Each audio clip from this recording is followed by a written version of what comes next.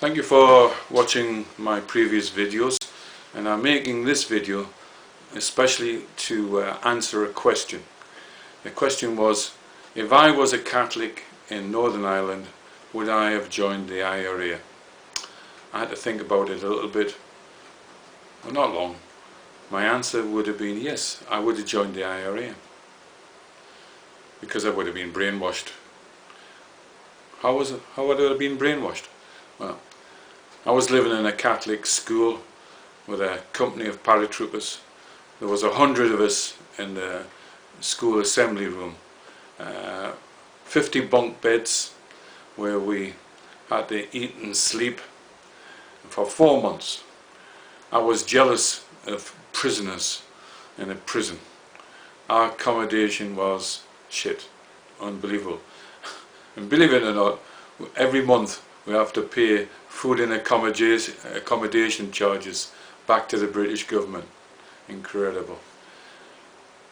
I got bored, so I'm reading a book, a school book, this kid's book, Compositions, and the teacher had given a title for a composition. Why do we hate the British Army? This is a man with a degree, a teacher, a person that you're supposed to respect. He's indoctrinating children to hate. Incredible. Is he a Nazi, left-wing, a religious fanatic? I don't know. But what a question to give little children. I was annoyed, to say the least.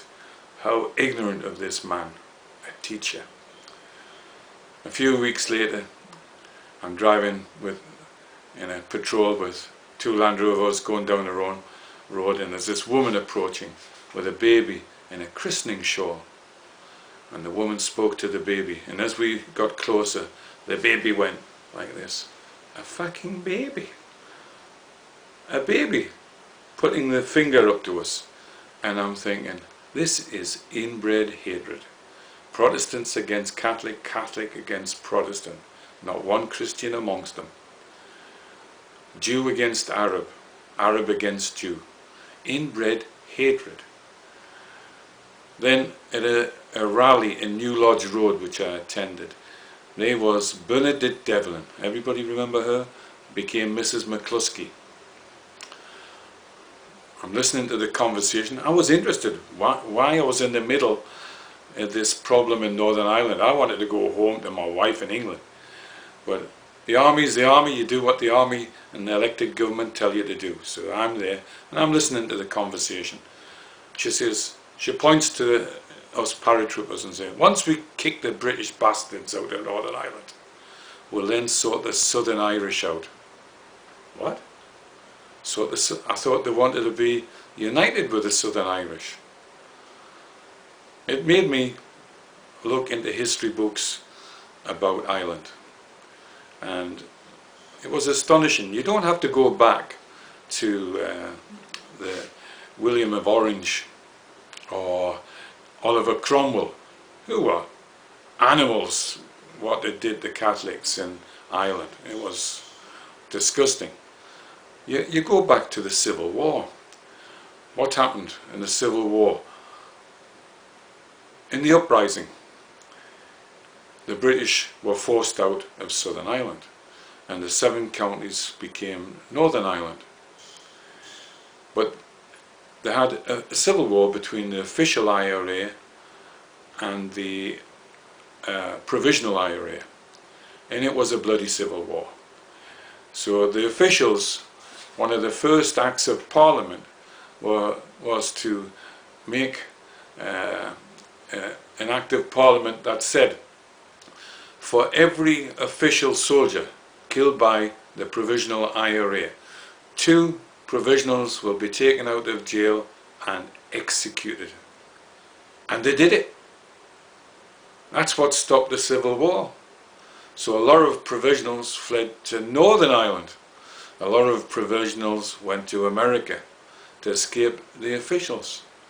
And then what happened in Southern Ireland? Many ex-officials went round Protestant farmers and owners of property and shops and forced them to sign everything over to them.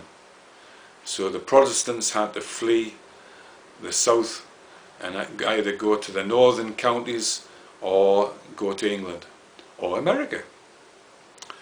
So you have to understand why there's 1 million Protestants in the north are quite prepared to fight Southern Ireland and fight the British to stay British.